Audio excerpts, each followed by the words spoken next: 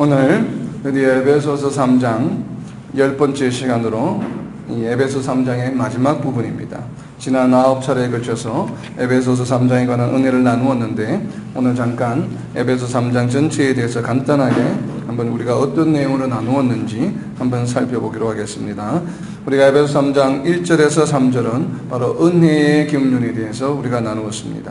그리고 4장에서 6절에 이르러서는 그리스도의 비밀에 관해서, 그리고 7절을 보면은 복음의 일꾼에 대한 이야기를 나누었습니다. 그리고 8절과 9절에서는 바로 바울 사도에게 주신 복음의 사명이 어떤 것인지에 대해서 나누었습니다. 그리고 10절, 11절에 보면 우리가 좀 생소하지만 새롭게 잘 깨달은 내용이 바로 교회의 사명에 대한 이야기죠. 교회를 통해서 하늘에 있는 천사들에게 가르치시기를 원하신다고 하시는 바로 우리에게 주어진 교회의 사명에 대해서 은혜를 나누었습니다. 그리고 이어서 12절부터 13절에 이르러서는 하나님께 나아감으로 더해진 성도의 존귀함에 대해서 은혜를 나누었습니다. 그리고 14절부터 19절까지는 바울 사도가 에베소 교인들에게, 그리고 오늘날 우리 성도들을 위해서 하는 세 가지 기도에 대한 내용입니다. 14절에서 16절까지는 교회의 기초, 우리 마음에 항상 그리스도가 계시도록, 이것이 바로 우리가 신앙의 기초요, 교회의 구성원된 성도들의 기초요, 나아가서는 교회의 기초가 된다고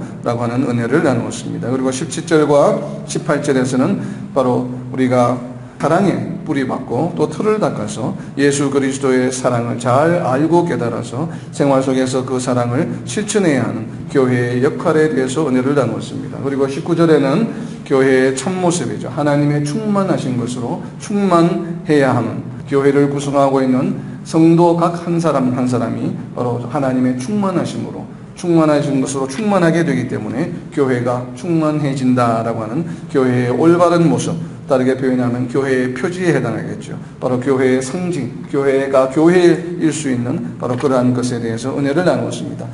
오늘은 이어지는 20절, 21절 말씀입니다. 성도의 결단을 촉구하는 내용입니다. 물론 우리가 방금 읽은 내용처럼 바울 사도가 하나님을 찬양하는 두 구절입니다. 그런데 이 하나님을 찬양하는 두 구절이 바로 어떻게 해서 이것이 우리에게, 성도들에게 결단을 촉구하는 그런 메시지인가 라고 하는 것을 오늘 좀 은혜를 나누고자 합니다. 바울 사도가 하나님을 찬양하는 그 구절을 잘 보면 하나님을 무엇이라고 부르고 있냐면 능히 하실 이라고 선포하고 있습니다. 하나님의 특성을 나타내는 표현은 성경에 여러 가지들이 있죠. 무소부재하신 하나님, 그리고 영원하신 하나님, 그리고 또 거룩하신 하나님, 그리고 신실하신 하나님, 또 우리의 피난처가 되어주시는 하나님, 또 우리의 바위가 되어주시는 하나님, 이렇게 상당히 많은 하나님에 대한 하나님의 특성을 나타내는 표현들이 있습니다. 그리고 구체적으로 또 꼭 집어서 하나님의 이름을 나타내는 하나님의 여러 가지 이름들이 있죠. 성경에는 여호와 이레 하나님, 여호와 니시의 하나님, 그리고 여호와 샬롬의 하나님, 또 여호와 삼마의 하나님, 그리고 엘로힘, 이와 같은 또 여러 가지 다양한 하나님을 부르는 이름들이 성경에서 소개되고 있습니다. 이 하나님의 이름에 대한 그 자세한 내용은 에베소서 강의 11번째 강해를 참고해 주시면 좋겠습니다. 하나님의 이렇게 다양한 이름 중에서 오늘 본문에서 바울 사도가 부르고 있는 하나님의 이름은 바로 엘로힘입니다. 엘로힘, 전지전능하신 하나님. 그것을 바울 사도는 능히 하시는 하나님, 이렇게 표현하고 있습니다. 사도 바울은 많은 하나님의 이름 중에서 왜 유독이 특별히 이 이름을 에베소서 3장을 클로징하면서, 마무리하면서 이 이름을 부르고 있을까요? 바로 이것이 우리 성도들로 하여금 우리 성도들에게 결단을 촉구하는 메시지와 연관이 있습니다. 바로 이 능력이라고 하는 하나님의 특성이 우리의 성도들의 믿음에 있어서 대단히 중요한 요소이기 때문에 그렇습니다. 왜냐하면 하나님의 능력은 성도들의 믿음의 근간을 이루는 것이기 때문입니다. 왜 그렇습니까? 믿음의 조상인 아브라함을 예를 들어서 한번 살펴보고자 합니다. 아브라함을 하나님께서 의롭게 여긴 것은 그가 하나님께서 하신 약속을 믿었기 때문입니다. 어떤 약속입니까? 창세기에 보면 두 가지의 대표적인 약속이 나옵니다. 창세기 15장 5절에 보면 자손이 하늘의 별과 같이 많을 것임을 믿은 것입니다. 하나님께서 아브라함을 데리고 밖에 나가서 하늘의 별을 보여주시면서 저 하늘에 있는 별과 같이 너희 자손이 많을 것이다 라고 이렇게 말씀해 주셨습니다. 하나님의 약속이죠. 아직 아브라함에게는 자손이 없습니다. 나이가 지금 80세가 넘어가 90세가 되어가는데도 여전히 자식이 없습니다. 그런데도 불구하고 이제는 더 이상 또 아브라함의 아내가 70세가 넘었기 때문에 자녀를 낳을 수 있는 여건이 생물학적으로 되지 않는데도 불구하고 하나님께서는 아브라함에게 너희 자손이 하늘의 별과 같이 많을 것이다 라고 약속해 주셨습니다. 그런데 아브라함은 이 말씀을 믿었습니다. 아브라함이 이삭을 바치는 시험을 통과할 수 있었던 바로 그 원천이 이 말씀에 대한 믿음이 있었기 때문입니다. 하나님께서는 하늘의 별과 같이 자손이 많을 것임을 약속하신 다음에 이어지는 또 창세기 17장에서 언약의 징표로 할례를 하게 하신 다음에 사라를 통해 아들을 낳을 것이며 그 이름을 이삭이라고 하라고 말씀해 주셨습니다. 바로 이 말씀을 또 믿었습니다. 그리고 창세기 17장 19절에 보면 네가 내년에 낳을 그 이삭, 내가 이름을 이삭이라고 부르는 그 이삭과 내가 하나님 나라에 영원한 언약을 세우시겠다고 약속하셨습니다. 참 우리가 만약에 지금 아브라함의 입장이라면 어떨까요? 나이가 지금 거의 100세가 가까이 되고 사라가 지금 나이가 90이 된 상황입니다. 그랬을 때 과연 이 아브라함의 마음은 어떠했겠습니까? 아브라함은 아마도 우리가 알 수는 없지만 그 마음속에 조금 의심의 마음이 있었을 것입니다. 그러나 사라가 다음에 임신을 하고 이삭이 출생하면서 하나님의 약속에 대한 믿음이 확고해졌을 것입니다. 하나님께서는 아브라함의 믿음을 시험하시기를 원하셔서 이삭을 제물로 바치라고 명령하셨습니다. 창세기 22장에 보면 이 명령을 들은 아브라함은 주저하지 아니하고 바로 그 다음날 아침 새벽 일찍 이삭을 데리고 모리아산으로 향하게 됩니다. 창세기 22장 2절에 표현된 이 모리아산으로 출발했다고 하는 것은 구속사적으로 상당한 의미를 가지고 있습니다. 모리아산이 어디에 있는 산입니까? 바로 예루살렘에 있는 산이죠. 그래서 역대하 3장 1절에 보면 모리아산이 예루살렘에 있다라고 설명하고 있습니다. 이삭을 데리고 어디로 갔습니까? 예수님이 십자가에 돌아가실 그 장소로 가신 것입니다. 그리고 마침내 제단을 쌓고 이삭을 바쳤습니다. 아브라함은 어떻게 이렇게 100살이 되어서 얻은 이삭을 희생제물로 바칠 수 있었겠습니까? 바로 아브라함의 믿음으로 인해 바칠 수 있었던 것이죠. 무엇에 대한 믿음입니까? 우리가 조금 전에 살펴본 바로 창세기 17장 19절 말씀에서 하신 내가 네 아들 이삭과 영원한 언약을 맺을 것이다. 내가 그의 하나님이 되고 그의 자손들이 내 백성들이 될 것이다. 라고 하는 이 말씀을 붙들은 것이죠. 그리고 더불어서 창세기 15장 5절에서 언약해 주신, 약속해 주신 하늘의 별과 같이 많이 해 주시겠다. 지금 그런데 이삭의 나이가 티네이저입니다. 아직 이삭이 결혼을 하지 않았어요. 결혼을 하지 않았으니까 당연히 자식도 없죠. 그런데 이 두 약속에 의하면 이삭으로 하여금 이삭의 자손들이 생겨야 되고 그 자손들의 숫자가 별과 같이 많아져야 됩니다. 그런데 하나님께서는 지금 결혼도 하기 전에 이 약속이 이행되기도 전에 제물로 바쳐서 죽이라고 말씀하십니다. 히브리서 11장 19절에 보면 죽은 이삭을 다시 살려주실 것이라는 믿음이 있었기 때문이라고 설명하고 있습니다. 이것은 바로 하나님의 특성 중에서 무엇에 대한 믿음입니까? 하나님의 약속에 대한 신실하심이요. 또 하나는 무엇이에요? 우리가 인간적으로는 도저히 죽은 사람을 살릴 수 있는 사람은 존재하지 않죠. 도저히 우리의 생각이나 지혜나 과학으로는 불가능한 일입니다. 도저히 일어날 수 없는 일입니다. 우리 삶 가운데서. 그러나 하나님이시기 때문에 내가 비록 이삭을 죽인다 할지라도 하나님은 이삭을 살릴 수 있는 분이시야. 바로 하나님의 무엇을 믿은 것이에요? 엘로힘 하나님, 전지전능하신 하나님이심을 믿은 것입니다. 이것이 바로 믿음입니다. 이것이 우리가 아브라함이 두 약속을 믿은 것도 중요하지만 그 두 약속을 믿게 된 그 배경에는, 그 근저에는 무엇이 있는 것입니까? 하나님의 전지전능하심을 믿은 것입니다. 내가 비록 죽인다 할지라도 하나님은 죽은 자도 다시 살리실 수 있는 하나님이시야. 바로 이것을 믿은 것이죠. 이것이 굉장히 중요한 말씀입니다. 히브리서 11장 19절에 보면 그가 하나님이 능히 이삭을, 능히라고 되어 있죠. 능히, 우리가 능히라는 말씀을 여러 번 묵상해 보았죠. 바로 능히 전지전능하신 엘로힘 하나님께서 이삭을 죽은 자 가운데서 다시 살리실 줄로 생각한지라. 비유컨대 그를 죽은 자 가운데서 도로 받은 것이니라. 이삭이 죽고 나서 다시 사는 놀라운 역사가 어디에서 일어났습니까? 모리아산에서 일어났죠. 이 모리아산에서 또 한 번 죽고 다시 사는 역사가 일어났습니다. 어떻게 일어났습니까? 바로 감람산에서 예수님이 십자가에 돌아가시고 다시 부활하시는 놀라운 역사가 진짜 일어났죠. 이때 이삭 때는 일어나지 않았죠. 하나님께서 이삭을 죽이지 않게 하셨기 때문에. 왜요? 왜 이때 하나님께서 아브라함으로 하여금 이삭을 죽이도록 그냥 내버려 두시지 않으셨습니까? 왜 그러셨을까요? 그 일은 누가 하셔야 됩니까? 예수님께서 하셔야 되기 때문에. 이삭은 예수님을 예표하면서 이러한 일이 이 모리아산에서 분명히 내 아들 메시아를 보냈을 때 일어날 것이다 라고 하는 것을 누구에게 보여주셨어요? 아브라함과 그 후손들에게, 우리에게 보여주시는 장면입니다. 내가 분명히 이렇게 이삭을 죽이면 다시 살릴 수 있는 하나님이야. 그러나 지금은 보여주지 않아. 지금은 보여주지 않고 대신 양으로 제사를 드리지만 내가 보내는 내 아들이 이 땅에 올 때는, 메시아가 올 때는 반드시 그가 죽고 다시 산다는 것을 내가 직접 너희 눈으로 볼 수 있게 해주시겠다 라고 하신 바로 그 모습이죠. 그래서 하나님께서는 아브라함으로 하여금 이삭을 죽이도록 허용하지 않으셨습니다. 이 믿음이라고 하는 것은 히브리서 11장 6절에서 중요한 두 가지 요소로 설명하고 있습니다. 히브리서 11장 6절에 보시면 믿음이 없이는 하나님을 기쁘시게 하지 못하나니 하나님께 나아간 자는 반드시 그가 계신 것과 그가 자기를 찾는 자들에게 상을 주시는 이심을 믿어야 할지니라. 두 가지 요소가 있습니다. 첫 번째 요소는 반드시 그가 계신다. 반드시 하나님이 계신 것을 믿어야 한다라고 이야기하고 있습니다. I am who I am이라고 설명하고 있죠. 여호와.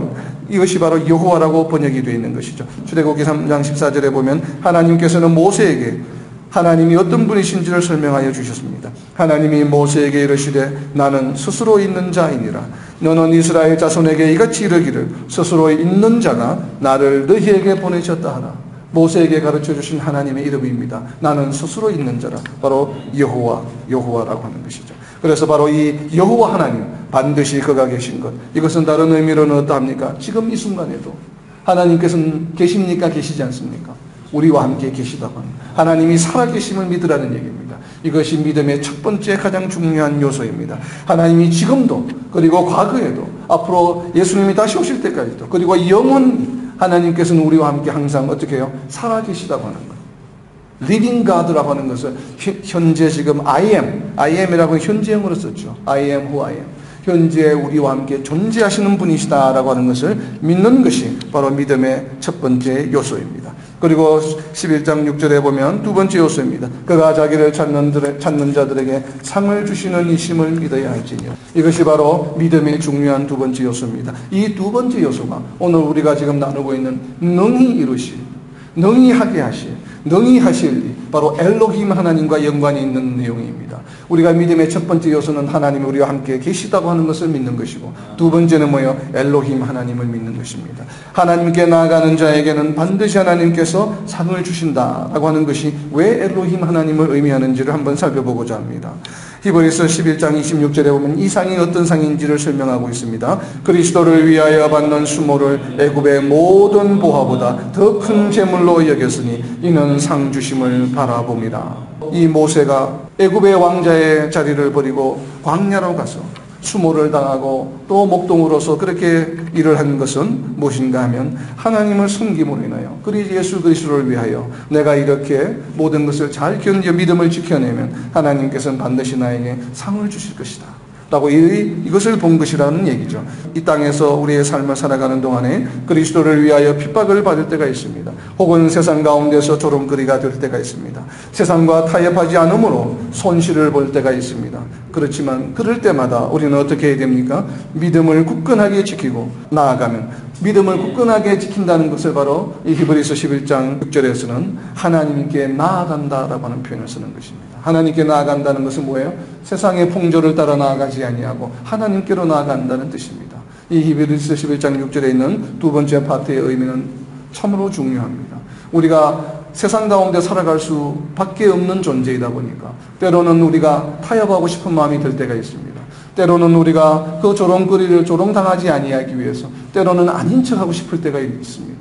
그러나 이럴 때 우리는 어떻게 해야 됩니까? 아닌 척하면서 세상의 풍조로 나아가는 것이 아니라 당당하게 어떻게 해야 돼요? 하나님으로 나아가야 됩니다. 어떠한 상황에서도 나에게 상을 주실 수 있으신 하나님의 무엇을 믿는 것입니까? 하나님의 능력을 믿는 것입니다. 하나님은 엘로힘 하나님이시기 때문에, 전지전능하신 하나님이시기 때문에, 우리에게 넘치도록 주시는 하나님이시기 때문에 그 하나님의 능력을 믿는 것이에요. 이것이 바로 상을 주신다고 하는 의미입니다. 단순히 내가 이런 것을 주시는 이런 의미가 아니에요. 무엇이든지 간에, 내가 잃는 그것이 무엇이든지 간에 도저히 인간적으로는 세상적으로는 이런 것을 다시 회복할 수 없어 보이지만, 그러나 엘로힘 하나님은 어떠하십니까? 불가능도 가능하게 하시고 죽은 자도 살리시는 하나님이시기 때문에 그것을 상을 주신다고 표현하고 있는 것입니다. 이를 예레미야 선지자를 통해서 하나님께서는 또다시 아주 오래전에 강조하셨습니다. 예레미야서 32장 19절 말씀입니다. 주는 책략에 크시며 하시는 일에 능하시며 인류의 모든 길을 주목하시며 그의 길과 그의 행위의 열매대로 보응하시나이다. 하나님은 어떤 분이시라고요? 책략에 크시며 능하시다. 엘로힘 하나님이시라고 선포하고 있는 것입니다. 능하시는 하나님이시기 때문에 우리의 모든 길을 주목하시오. 내가 때로는 골방에서 조롱거리를 당하고 또한 뒷골목에서 내가 참 무서운 상황을 처하며 내가 경제적인 손실을 본다 할지라도 그의 길과 내가 그러함에도 불구하고 하나님을 놓지 아니하고 하나님께로 나아가면 우리의 행위의 열매대로 하나님께서는 상을 주시겠다, 보응해 주시겠다라고 말씀하고 계시는 것입니다. 예레미야와 같이 바울 사도는 수백 년이 지난 이후에 바울 사도는 마찬가지로 하나님을 능히 하실 이로 믿음으로 찬양하고 있는 것입니다. 에베소서 3장 20절에 있는 능히 하실 이라고 하는 것은 바로 이 예레미야 선지자를 통해서 하나님께서 선포해 주신 주는 책략에 크시며 하시는 일에 능하시다라고 하는 표현이 바로 이 에베소 3장 20절에 나타나는 표현이지요. 그것으로 그치지 아니하고 하나님께서는 또 다른 특성을 우리에게 보여주십니다. 에베소서 3장 20절에 보면 넘치도록 부어주신다고 바울 사도는 찬양하고 있습니다. 우리가 구하거나 생각하는 모든 것에 더 넘치도록 주시는 이유는 도대체 무엇일까요? 그 이유를 에베소서 2장 7절에서 설명하고 있습니다. 이는 그리스도 예수 안에서 우리에게 자비하심으로써 그 은혜의 지극히 풍성함을 오는 여러 세대에 나타내려 하심이라. 우리에게 부어주시는 은혜를 통하여 드러내기를 원하신다고 하는 것입니다. 우리만 혼자 그냥 잘 먹고 잘 살고 우리가 누리는 것이 아니에요. 그것은 끝나는 게 아니에요. 무엇이에요? 하나님께 영광이 되는 것이에요. 하나님의 은혜의 풍성함을 나타내려 하심입니다. 우리는 어떠합니까? 구하는 것 이상으로 주시는 하나님의 은혜를 여러분은 체험해 본 적이 있습니까? 어떤 것을 가지고 내가 이루어지기를 소망하며 기도했는데 그 기도가 잘 이루어지지 않아요. 그런데 결국 그 기도가 이루어지지 않았어요. 그런데 좀 시간이 지나서 엉뚱하게 그것이 아닌 다른 것으로 기도가 응답될 때가 있죠. 그런데 그 다른 것이 원래 내가 기도했던 것보다 더 나에게 좋은 것으로 응답할 때가 있습니다. 바로 이러한 기도의 응답을 우리는 체험할 때가 있습니다. 물론 이것은 직접적인 체험이지만 그러나 이러한 체험들은 우리가 날마다 하지는 못하죠. 그죠? 정말 우리가 참 드물게 그런 은혜를 체험하지만 그러나 오늘 말씀하시는 것은 하나님께서는 우리가 간구하는 것보다도 더 넘치도록 주시는 이런 것은 우리의 매일의 삶을 통해서 우리에게 주시고 있다고 하는 것을 우리는 인정하고 인지해야만 합니다. 우리는 실제로 하나님으로부터 더 많은 것을 받았는데도 불구하고 우리가 그것을 받았는조차도 모르고 있기 때문에 우리가 이 은혜를 체험하지 못할 때가 너무나도 많습니다. 우리가 정말 기도의 응답이 어떤 것인지 우리가 구체적으로 잘 이해한다면 우리는 날마다 이 은혜의 체험, 넘치도록 주시는 은혜의 체험을 우리는 날마다 할 수가 있습니다. 그래서 바울 사도는 빌립보 교인들에게 빌립보서 4장 6절에서 7절에 바로 이 원리를 설명하고 있습니다. 빌립보서 4장 6절 7절 말씀입니다. 아무것도 염려하지 말고 다만 모든 일에 기도와 간구로 너희 구할 것을 감사함으로 하나님께 아뢰라. 그리하면 모든 지각에 뛰어난 하나님의 평강이 그리스도 예수 안에서 너희 마음과 생각을 지키시리라. 우리가 무엇을 기도했습니까? 염려하는 내용들을 기도했습니다. 이것이 해소되기를 기도했습니다. 그런데 우리의 삶을 보면 우리의 염려의 원인이 되는 것들이 해소된다고 해서 우리가 걱정이나 염려가 해소되는 것처럼 보이지만 또 그와 유사한 염려와 걱정들이 계속 생기죠. 때로는 내가 기도해서 기도의 응답으로 염려하고 해서 근거가 되는 것들이 해소된 것이 때로는 마음이 찝찝할 때도 있죠.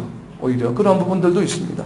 그런데 오늘 이 빌립보서의 말씀은 그 기도의 응답이 뭐라고 이야기하고 있습니까? 그러한 고난이 되는 염려와 걱정, 근심의 원인을 없애는 것이 아니라 기도의 응답으로 모든 지각에 뛰어나신 하나님께서 우리로 하여금 어떻게 하신다고요? 마음의 평강을 얻게 해주신다고 하는 것입니다. 마음의 평강을 얻는다고 하는 것은 무슨 말이에요? 나를 괴롭히는, 나로 하여금 걱정, 근심하게 하는 그 소스로부터 나를 어떻게 해주시는 것이에요? 자유롭게 해주시는 것이에요. 자유함을 더해주시는 것이죠. 그 걱정, 근심이 있든 없든 상관없이 나는 마음의 평강을 누릴 수 있게 해주신다라고 하시는 것입니다. 아직 내가 간구한 그 걱정과 염려와 그 근원이 사라지지 않았는데도 불구하고 내가 마음의 평강을 누릴 수 있는 것은 무엇 때문에 그렇습니까? 그것을 에베소서 3장 20절에서 그 원리를 바울 사도는 설명하고 있습니다. 에베소 3장 20절에 보면 우리 가운데서 역사하시는 능력대로, 바로 우리 가운데 역사하시는 하나님의 능력이 우리로 하여금 더 이상 염려하지 않고 평안을 누릴 수 있게 해 주시는 것입니다. 하나님의 능력이 어떻게 우리 안에서 역사하시는지에 대해서는 자세한 내용은 에베소서 13강을 참조해 주시면 좋겠습니다. 오늘은 잠깐 요약 정리를 하면, 이렇게 우리는 모든 일을 함에 있어서 우리 가운데서 역사하시는 하나님의 능력에 의지하고 순종하여야 합니다. 바울 사도는 이를 다른 서신서에서도 강조하고 있습니다. 갈라디아서 3장 5절에 보면 너희에게 성령을 주시고 너희 가운데서 능력을 행하시는 이의 일이 율법의 행위에서냐 혹은 듣고 믿음에서냐, 이렇게 또 선포하고 있습니다. 하나님의 능력이 그렇다면 우리 안에서 행하시는 이유는 무엇입니까? 우리가 우리 안에서 행하시는 하나님의 능력으로 인해서 기도의 응답으로 평강을 얻을 수 있고, 또 우리가 간구하는 것 이상으로 우리가 얻을 수 있는데, 이렇게 하나님의 능력이, 우리 안에 계신 하나님의 능력이 역사하시는 이유는 과연 무엇일까요? 그 이유를 빌립보서 2장 13절에서 설명하고 있습니다. 너희 안에서 행하시는 이는 하나님이시니, 하나님이 우리 안에 행하시는 거예요. 하나님 행하시는 이유가 뭐냐면 자기의 기쁘신 뜻을 위하여 너희에게 소원을 두고 행하게 하시나니. 이유가 무엇이라고 설명하고 있습니까? 하나님의 기쁘신 뜻을 위하여. 그러니까 하나님의 기쁘신 뜻이 이루어지기 위해서 이 땅에서, 그렇죠? 하나님의 기쁘신 뜻을 위하여라고 하는 것은 하나님의 기쁘신 뜻이 이 땅에서 이루어지기 위해서, 하나님의 기쁘신 뜻을 이루는데 그 이루도록 일을 하는 사람은 누구입니까? 우리죠. 너희에게 소원을 두고 하나님의 기쁘신 뜻을 행하게 하시나니. 우리로 하여금 하나님의 기쁘신 뜻을 이 땅에서 이루도록, 행하도록, 그러한 소망을 하나님께서 가지고 계셔요, 우리에게는. 그래서 우리를 어떻게 해서 선택하시고 구원해 주셨습니다. 그리고 우리 안에 계시는 하나님의 능력이 행하게 하시는데, 그 행하게 하시는 그 행하는 일들이 바로 무엇이에요? 하나님의 기쁘신 뜻을 위한 것이다 라고 설명하고 있습니다. 그러면 구체적으로 하나님의 기쁜 뜻은 과연 무엇일까요? 이것은 골로새서 1장 27절과 8절의 내용이 있습니다. 하나님이 그들로 하여금 이 비밀의 영광이 이방인 가운데 얼마나 풍성한지를 알게 하려 하십니다. 하나님의 뜻이 무엇이라고요? 바로 그리스도에 대한 비밀, 이것을 이방인 가운데서 얼마나 풍성한지를 알게 하려 하십니다. 이 비밀은 바로 뭐라고 이야기합니까? 너희 안에 계신 그리스도시니 곧 영광의 소망이라. 하나님께서 우리 안에서 능력을 행하시는 이유가 무엇이라고요? 하나님의 기쁘신 뜻을 위하여 우리에게 소원을 두고 행하시는데, 바로 그것이 무엇이라고 이야기하고 있습니까? 이방인 가운데서 그리스도의 풍성함을, 그리스도의 풍성한 은혜를, 풍성한 영광을 우리를 통해서 이방인들에게, 세상 사람들에게 드러내게 하시겠다라고 하시는 것입니다. 그래서 그렇다면 우리가 이러한 소명을 받았는데, 이러한 책임을 받았는데, 이러한 의무를 받았는데, 우리는 그럼 구체적으로 무엇을 해야 됩니까? 바로 골로새서 1장 28절에서 구체적으로 우리가 해야 되는 행동에 대해서 설명하고 있습니다. 골로새서 1장 28절 함께 읽겠습니다. 우리가 그를 전파하여 각 사람을 구원하고 모든 지혜로 각 사람을 가르치는 것은 바로 뭘 하라고요? 그를 전파하고, 그리스도를 전파하고 사람에게 권해야 합니다. 그냥 가만히 있으면 안 돼요. 전파하고 그리스도를 알지 못하는 이에게 어떻게 해야 됩니까? 구원하고, 또 어떻게 해야 돼요? 모든 말씀의 지혜로 또 각 사람을 가르치는 것은, 각 사람을 가르친다고 할 때 이 각 사람은 성도겠습니까? 비성도겠습니까? 성도겠죠. 그럼 우리는 성도의 책임이 무엇이라고요? 성도를 가르치는 책임이 있어요. 무엇으로요? 모든 지혜로. 모든 지혜는 무슨 지혜겠습니까? 말씀의 지혜로.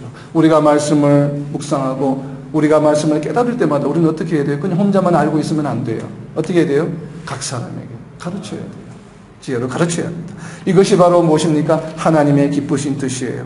하나님의 능력이 우리 안에서 역사하시는 이유입니다. 그런데 이렇게 각 사람에게 전파하고 권하고 지혜로 각 사람을 가르치는 것은 누가 하는 것이에요? 우리 안에 계신 하나님의 능력이 하신다 이 말이에요.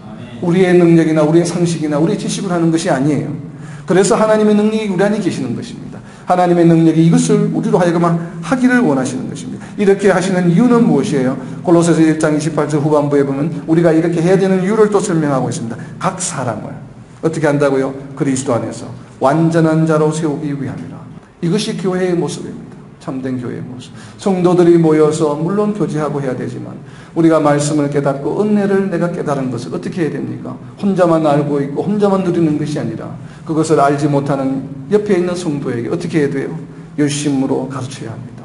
이렇게 되었을 때 교회가 어떻게 됩니까? 하나님의 충만하심으로 충만하게 되는 것이죠. 이것이 바로 교회의 역할이고 교회의 참모습입니다.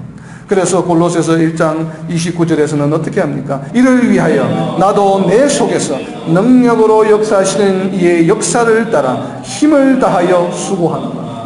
바울 사도의 뭡니까? 결단입니다. 내 속에서 능력으로 역사하시는 이의 역사를 따라 힘을 다하여 수고하노라. 이것이 누구의 고백이 되어야 합니까? 바로 성도들의 고백이 되어야 합니다. 그리고 성도들의 결단이 되어야 하는 것입니다.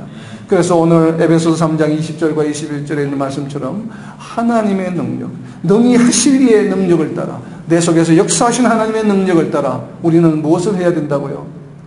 성도들을 가르치고 복음을 증거하는데, 우리가 정말 내 속에서 역사하시는 하나님의 능력에 따라 우리가 어떻게 해야 된다고요? 힘을 다하여 수고하노라. 이렇게 결단해야 된다고 하는 것입니다. 그래서 이 마지막 3장 마지막 부분이 하나님을 찬양하는 찬양의 기도이지만 우리가 이것이 바로 성도들의 결단이 되어야 된다라고 말씀드리는 것입니다. 이것이 이 땅에 있는 모든 성도들의 결단이 되어야 합니다. 왜냐하면 이것은 성도의 의무이기 때문입니다. 이렇게 우리가 그리스도를 전파하며 하나님의 능력의 역사를 따라 힘을 다하고 수고하면 그 결과는 어떻게 되겠습니까? 바로 이어지는 것이 바로 에베소서 3장 21절이죠. 교회 안에서와 그리스도 안에서 하나님의 영광이 대대로 영원 무궁하게 되겠죠. 물론 하나님은 우리의 노력이나 우리의 행위나 이런 것이 전혀 없이도 하나님 스스로 그 영광이 무궁무궁하신 분이시죠. 그러나 이 땅에서 우리가 하나님 나라의 백성이 되었기 때문에 하나님 나라의 백성으로서 하나님의 이렇게 지존하신 영광의 무궁무궁하심을 가리는 행동을 해서는 안 되겠죠. 바로 이것이 에베소서 3장 20절과 21절에 있는 말씀입니다. 우리가 에베소서 3장 10절의 교회의 사명, 바로 이것이 교회의 사명이죠. 우리 교회를 통해서 하늘에 있는 천사들에게도 이것을 가르치시기를 원하신다고 하는 것입니다. 그리고 17절 말씀에 있었던 교회의 기초, 그리고 18절의 교회의 역할, 그리고 19절에 있는 교회의 참모습에 대하여 바울 사도는 선포하고 또 기도를 통해서, 그리고 나서 마지막으로 3장 20절과 21절에서는 이러한 교회의 참모습을 잘 드러낼 수 있도록 교회의 구성원인 성도들의 결단을 촉구하는 마음으로 하나님께 영광을 돌리며 찬양하고 있는 것입니다. 말씀을 맺습니다. 우리에게 항상 우리가 기대하는 이상으로 넘치게 풍성하게 은혜를 베풀어 주시는 하나님께 그의 영광이 교회 안에서, 그리고 그리스도 안에서, 그리고 이 땅에 있는 모든 성도들 안에서 영원 무궁하게 넘치도록 우리는 우리 안에서 역사하시는 하나님의 능력을 따라 그리스도를 전파함에 힘을 다하여 수고하기를 결단하며 순종하는 저와 여러분, 그리고 이 땅에 있는 모든 크리스찬들 되도록 예수님의 이름으로 선포합니다.